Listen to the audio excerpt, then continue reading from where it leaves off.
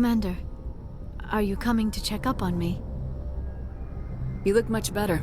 How are you feeling? Dr. Chakwas assures me I am going to be fine.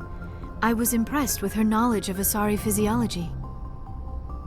You're in good hands. Dr. Chakwas knows what she's doing. I never properly thanked you for saving me from the Geth, Commander. If you hadn't shown up... I'm just glad we got there in time. So am I. I know you took a chance bringing me aboard this ship. I have seen the way your crew looks at me. They do not trust me. But I am not like Benezia. I will do whatever I can to help you stop Saren. I promise. Don't worry, Liara. I trust you. I know you won't let me down. It means a lot to hear you say that, Commander. Thank you.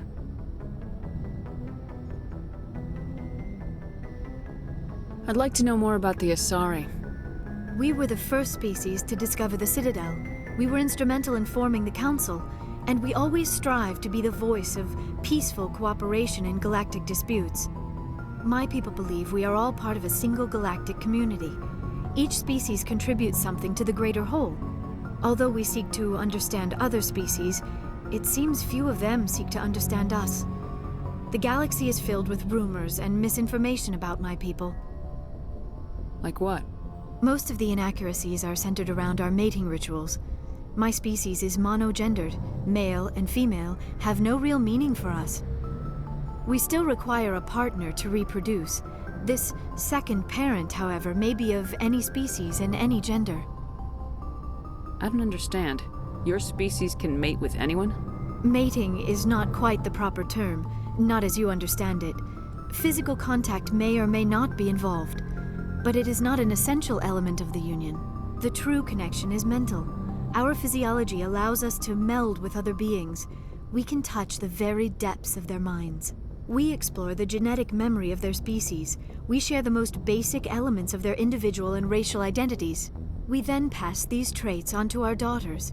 It is how we learn to grow as a species and how we develop a greater understanding of other races. What happens to your partner after the union? Every relationship is different.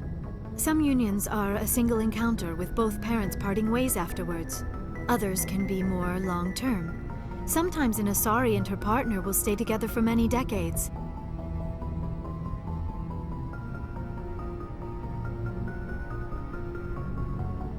You Asari live for 1,000 years. What happens when your partner dies? Few sapient species live as long as my kind. We have learned to take a philosophical approach to our unions. We do not focus on the inevitable loss of our partners. Instead, we enjoy the time we spend with them. And even after they're gone, a part of them lives on in us. The union is a connection that transcends both time and space. Do you know who Matriarch Benezia chose as her partner? She rarely spoke of her partner. Though I know my father, if you want to use that term, was another Asari. Benezia never told you her partner's name? Union with our own kind is no longer common, not for the purposes of reproduction. Most Asari believe it weakens our species. Asari daughters inherit racial traits from the father species.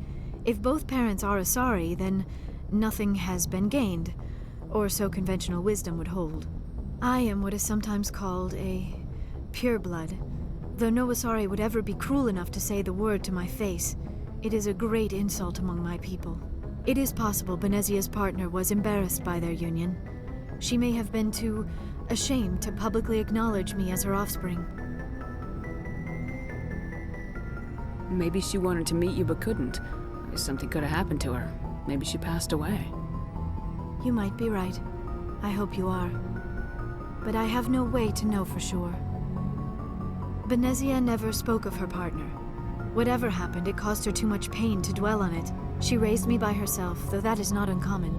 Many Asari raise their children alone, particularly if the father species is short-lived. Often the partner will pass on long before the child reaches maturity. Do you know why Benezia joined up with Saren? I don't understand it. She was always outspoken about the need for the Asari to become more involved in shaping galactic events. Maybe she thought allying herself with Saren would somehow be for the greater good in the long run. At least I hope so. This hurts you, doesn't it? None of this makes any sense to me. I have not spoken to Benezia in many years, but I know her, and this was not like her. Something changed. Tell me about yourself, Liara. Me? I am afraid I am not very interesting, Commander. I spend most of my time on remote digs, unearthing mundane items buried in long-forgotten Prothean ruins. You must enjoy something about it. I love my work. Seeking out history's lost secrets has a special appeal for me. You were actually touched by working Prothean technology. That is why I find you so fascinating, Commander. Sounds like you want to dissect me in a lab somewhere. What? No, I did not mean to insinuate. I never meant to offend you, Shepard.